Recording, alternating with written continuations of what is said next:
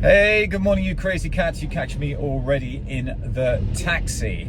Not a normal shift episode today, something completely different. You might remember a couple of months ago, well, quite a while back now, I did an episode with a gentleman called Scott who was a driving instructor. Now, during that episode, Scott laid down a challenge to me. He said to me, "Come on, Mark, let's see if you can pass today's modern practical driving test. A London cabbie, can a London cabbie pass today's modern practical driving test?" Well, it was well over 30 years since I took my driving test, and I know the test itself has changed a lot. So today, I'm going to the test centre in Isleworth. I'm going to meet Scott, and he's going to give me a mock practical driving test. Let me tell you, I'm a little bit nervous. I do not know what to expect. I have done a little bit of research online. The test is nothing like, well, it's similar to what my test was 30 years ago, but a few of the maneuvers and procedures have changed. This is just going to be a case of seeing how I get on and showing Scott that London cab drivers will have no problem passing today's modern driving test in 2025. And before long, I was pulling into the Isleworth Test Centre. Now, incidentally, I took my test in Isleworth over 30 years ago, but not at this venue. If I remember correctly, it was a rather stately looking white mansion house. Anyone in the UK can pass their test in a vehicle of their choosing, but if they do pass in an automatic, they are only licensed for an automatic. If you pass in a manual, well, you can also drive an automatic as well. I have a full manual UK driving license. So Scott, here we are at the test centre in Isleworth. I'm going to be taking the practical test today. Can you just tell me what organisation actually puts forward the practical test for the UK at the moment? So it's the DVSA, they merged with the DVLA, right? So they became the DVSA. Yep. And they're the ones that govern everything to do with licensing. So that's down to your actual license card, paperwork, your theory test, your practical test. They cover everything. Okay, and can you just spell out, I'm a bit nervous, what's going to happen over the next hour? So for a regular driving test, yep. Qualifies you up to 3.5 tonnes on a vehicle. You'll be doing one manoeuvre, which is reversing, maybe an emergency stop, which can be extra, and roughly half an hour of driving. Okay, 20 minutes of that will be guided by your satnav. Yep. If not, you'll be asked to follow signs. Okay. That's it. We start with an eyesight test, though. Okay, we'll do that just over there, yeah? Yep, let's go. Okay. Could you read that BMW number plate? And it's around 20 metres, so the distance that we are, without getting the measuring tape out, is roughly 20 metres. That's okay. The distance that you must be able to read a UK number plate from. If you can't, that's it, game over. You don't even go out and take the driving test now. And on we go, and inwards I get into the vehicle, excuse the aeroplanes, and the test has started. The test has started. I did my test here in Isleworth about 30 years ago. 30 years ago? Yeah. Wow. Well, the driving test has changed quite a lot since then. Right.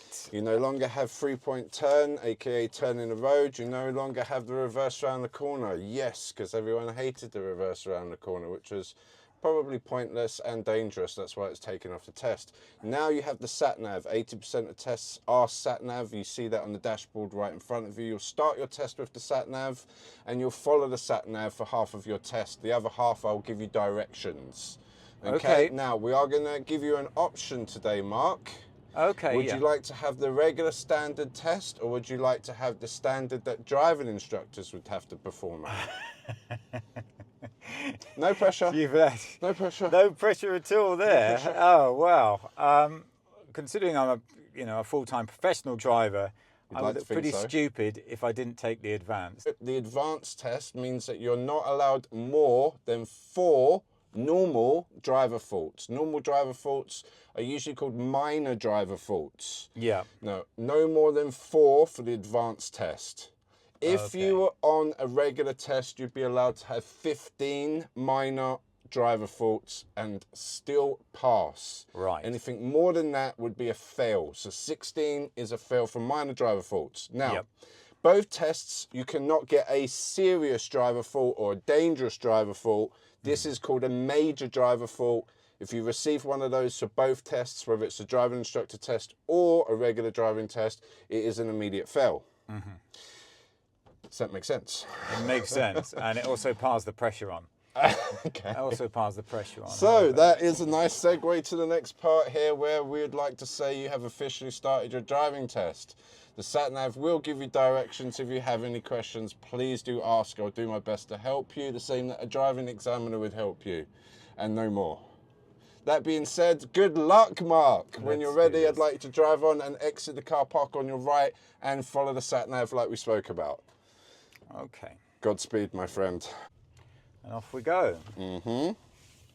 Okay, so you see me examining from the back. Yeah. It's a little bit different, but I am able to sort of check on mirrors here, and also blind spots as well. Turn left, Fleming Way, then at the end of the road, turn left.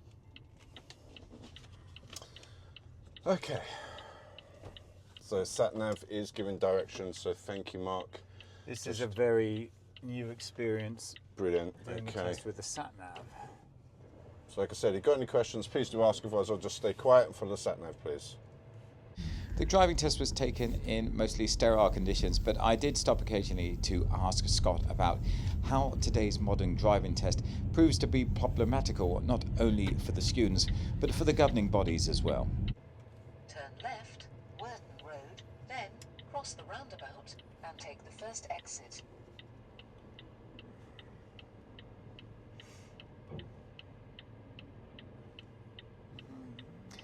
I must admit, I was feeling a bit under pressure now with just Scott sitting behind me.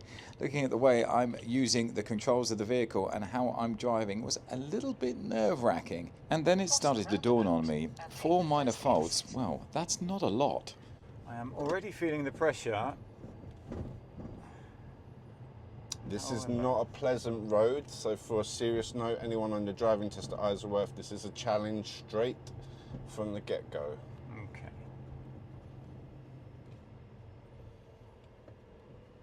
And this DPD driver does show you the reason why it is a challenge. The vans especially are a little wider, and the road isn't very It's letting me go. wide.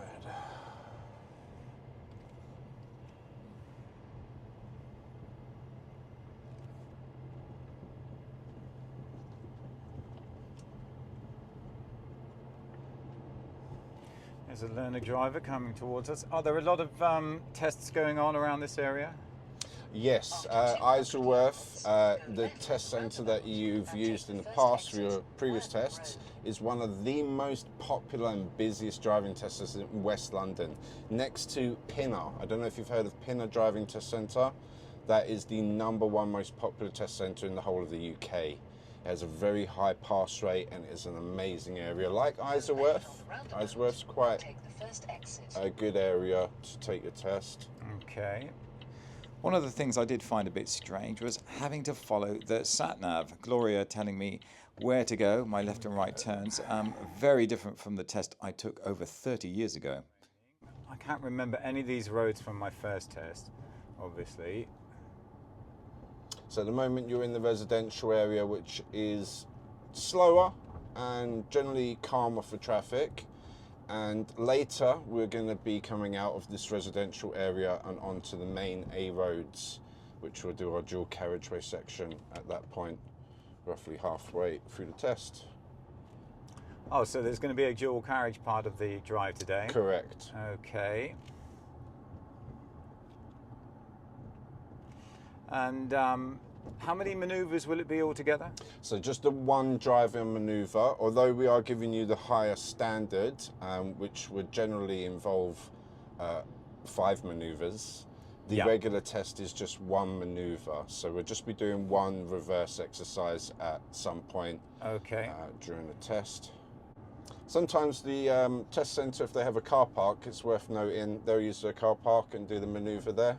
Oh, really? A little bit better. Yeah, usually it's quieter in their car park, so that's quite nice. Isleworth has their own car park, so as you can see, they actually made it bigger. They got the nicer, better, more spacious section of the car park now, so that's quite new for 2025. How many people are currently taking their driving test in the UK? How Is there a many? waiting list? On the waiting list, well, I can tell you the waiting list is up to 6 months. That's just standard if you're lucky enough to see it at appointment or a test online. Otherwise, you'd have to pay a third-party company. Now, how many people are waiting to take the test? I think it's roughly about, this is an underestimate, but I'd say around maybe 300,000 people, something like that, that are applying for driving tests. Probably a big reason why there's a backlog, but I mean, if you want me to, help people with earlier test dates, just stop the swap. I don't know if you've heard of that before. No, I haven't. What does that mean? So you can swap your test appointment. If we stopped that ability, then nobody would be able to buy driving tests and sell them on. So it's a very simple fix. If we were to do that, go back to about 3 months waiting time. Definitely something that wasn't around in my day when I was taking my lessons. What do you think about stopping the swap? So we're not far from Heathrow here. No, we will be following signs towards Heathrow shortly. Very good. In the meantime, would you take the next left for me? So just ignore the sat-nav, just take this next left, please. Thank you very much. It is amazing to see a taxi driver that signals. Had to get that one in there at some point. Yes, it must be a new thing, seeing a taxi driver use those indicators, Scott. Yeah, I didn't think they came with indicators. I thought it was like an extra that you had to... I'll be honest, it's one of my big gripes is any vehicles on the road that do not indicate. It's just nice to know if there's more than one way someone can go, like which way they're going to go. Yeah. Okay, we did want to try to do a maneuver here. Okay. If you just slow down, stop in the middle of the road for me, that'd be nice, thank you. What we're going to do is we're just going to wait for this yellow car to move. Okay. And once they've gone, fingers crossed they just keep going, we're going to use the car that they've just pulled around, that Mercedes, for our exercise. So if you could continue when you're ready to the Mercedes and stop in the middle of the road next to or parallel to the Mercedes.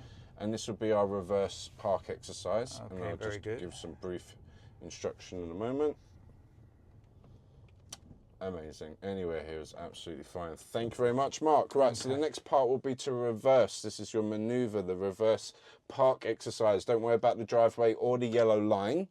The requirements are to try and finish within 2 car spaces. So if you can see the black car and the red car just in front of you on the left, that distance is the requirement. We've got to park within that kind of 2 car length space. Between this black one and the red one. We're not going to park there, but if you can imagine that space behind space you, behind me. that's the amount of space that we're allowed to use. Okay. So we can't really go all the way back down the road, even though there's no cars parked there, because they want you to finish within that sort of distance. That's it. So if you have any questions, please do ask. Otherwise, just do your best to reverse park. And like I said, don't worry about the yellow line or the driveway. You can finish in front of the driveway and parked on the yellow line if you wish to do so. We'll move off afterwards, so we're not going to leave our car and go shopping. So that's fine. And the examiners mentioned this on the test, so that's just the reason why I'm saying it. Okay. Very good. All right, when you're ready, unless you have any questions, reverse park, please, Mark. No problem.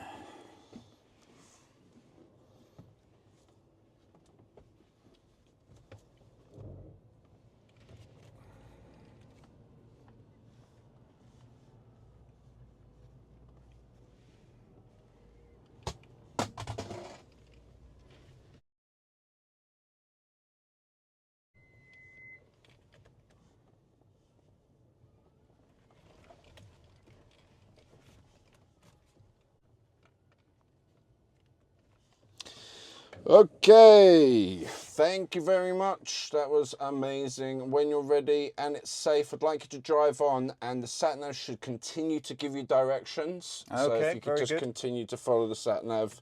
If you're not sure, ask me. I will help you with the directions, just the same as a real examiner would. So how many, what percentage of tests are covered by sat-nav? Are you sat-nav or... A very high percentage, so 80% of tests will use the sat-nav. The sat-nav will be on for roughly 20 minutes. Ours will be on the whole way, but we'll just leave it running in the background because I'm unable to even switch it off. And the examiner can override the sat-nav whenever he feels it's appropriate, or whenever he feels he has to? Would you pull up on the left in the convenient place, please? I'm going to pick up a passenger. Yeah, no problem. Hopefully it'll be a Heathrow. When it's safe, I'd like you to drive on and just continue to follow the satnav. Thank Okay, you. let's just check that. I'll indicate, and away we go. The delivery van is there. He's parking up, and off we go. I was thinking the satnav probably helps the examiner in quite a few different ways. He or she doesn't have to keep on thinking about the route they have to take. Also, it'll keep them away from where the bad traffic is, and they can concentrate on how the student is performing during the test. Turn left.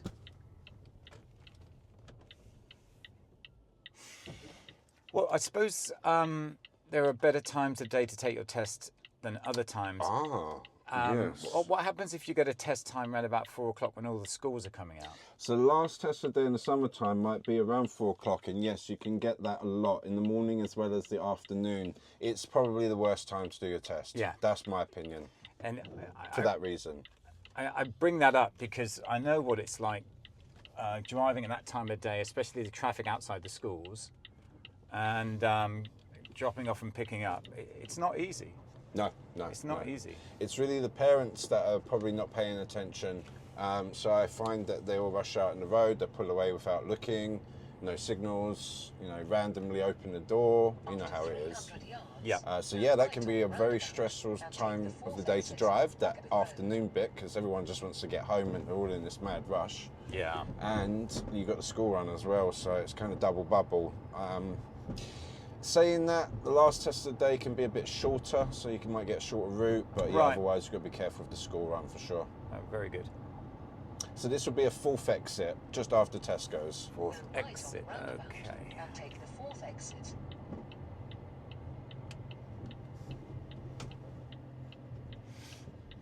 Yeah, I'm very aware of seeing all learning drivers at the moment.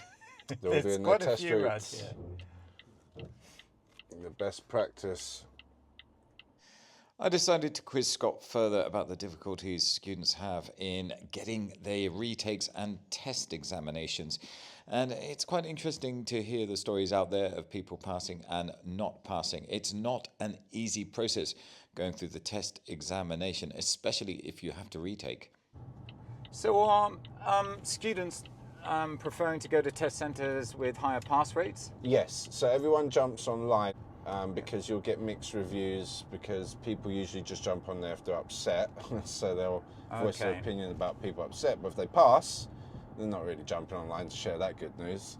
So just be a bit careful about reading reviews is what I'm saying. So some test centres you'll see reviews about certain examiners or some situation that happened. Just take that with a pinch of salt. Eyesight is one of the best, and Pinot as well, because what we were saying, they prefer to use these test centres. Why? I would like to use a word to say simple. They're Yeah. simple test centres. Okay. Some can be very technical, complicated, especially when using a manual car. Take the exit A312, Hampton Road West. So we're going north now, aren't we? Yeah, so basically we've headed out towards Heathrow, and yeah, you've exited and heading northbound now. Okay. At some point we're going to go back eastwards, which will take you back towards the test centre.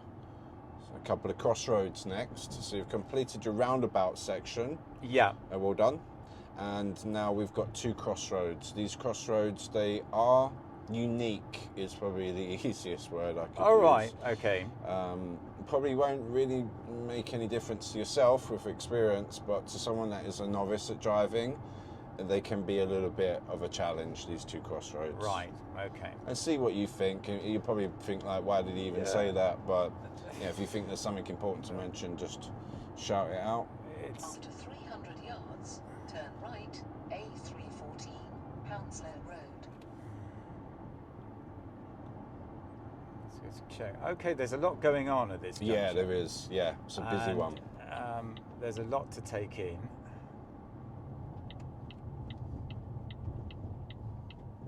Right. I mean, in my day, when I first started driving, roads have got a lot more, what I would say, clutter on them. Turn right A314, Hounslow Road. After turning right into the Hounslow Road, it was time for my tell me question, which would then be followed by a show me question later on during the test. Okay, would you be able to tell me where would you find the correct information for your tyre pressure? Oh, that would be on one of the vehicle panels. Okay, yes, correct. You could find a sticker somewhere on the vehicle panel, passenger door, a petrol cap, or in the manual, but it's a good answer. Or in a manual. Thank you. This particular vehicle's got a plate just on the side here next to the driver's cool. seat. That's quite regular, yeah, you get that a lot. All right, and now the second part of that question is what would you need to use to check your tyre pressure? Just give me a name, Mark. Just give me a name. Give you a name. What would I need to use? A pump? What is it? Huh? A pump? Yes, it is a pump. Now, the pump needs something on it, which I need you to give me a name for, that will tell you your pressure. A PSI meter. There you go, yeah. PSI meter, Is that gauge, right? Yeah. whatever you want to call it.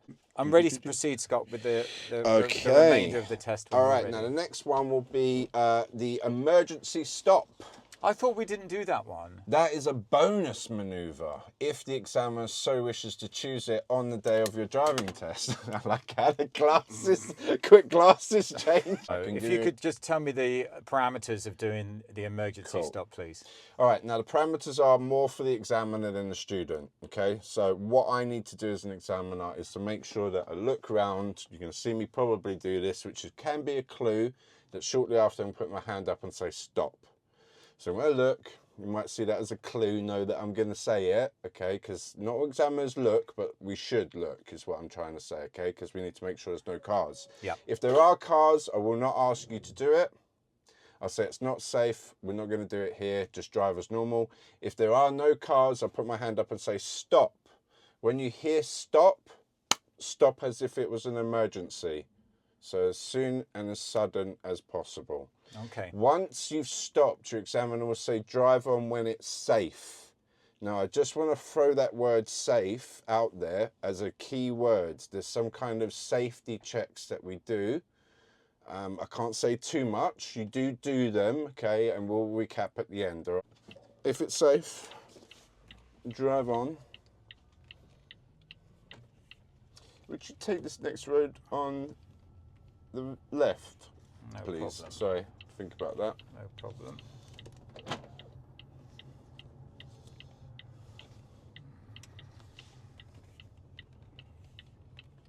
Amazing. All right, so just be prepared on this road that I may ask you to do the exercise. No, very good. Stop! And there we go with my mobile phone. Right, okay, thank you very much. And if it's safe to do so, there's that word again, drive on when you're ready. Going back to your career driving instructor, what do you find that students struggle with the most? It's roundabouts, number one, 100%. Really? Yeah, everybody hates roundabouts. So the secret is approach them at a jogging speed to walking speed.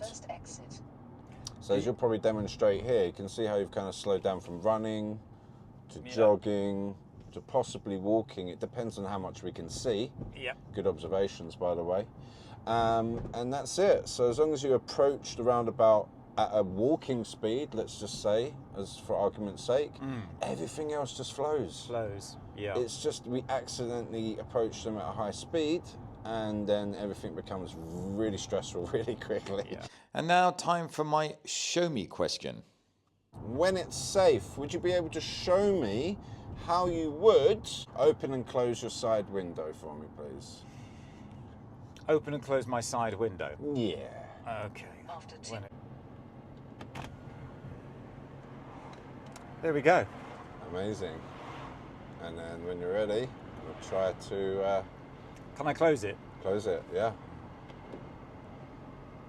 Perfect. Thank you very much. So that completes the tell me and the show me question. And they're the only two questions you'll have on your driving test. Okay, so I think the test centre's coming up now, Scott. Yes, I'm pleased to say we are coming back to the test. It won't be the end until you... Cross the roundabout and take the second exit, Worthing Road, then turn right. Gloria, always on time. She It is. won't be the end of your test until you're asked to switch the engine off, so please do remain focused. Right. It's not the end until you switch the engine off. Very good. So just continue to follow satnav for now, please. No problem at all. You do get your results immediately for anybody at home, so you'll immediately have your results, whether it's successful or not successful. Your Okay. examiner will go through that as soon as the engine's switched off and the car is secure. And this happens, that's the protocol for every test. Every test, yeah. Whew, and finally back at the test centre, and I'm not kidding you. 4 minors, I'm not sure whether I've made it. We're just about to turn in to the test centre now. I remember it.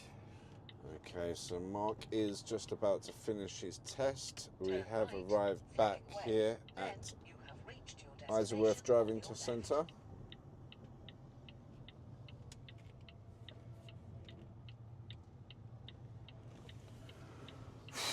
Big And this is sigh the of part, relief.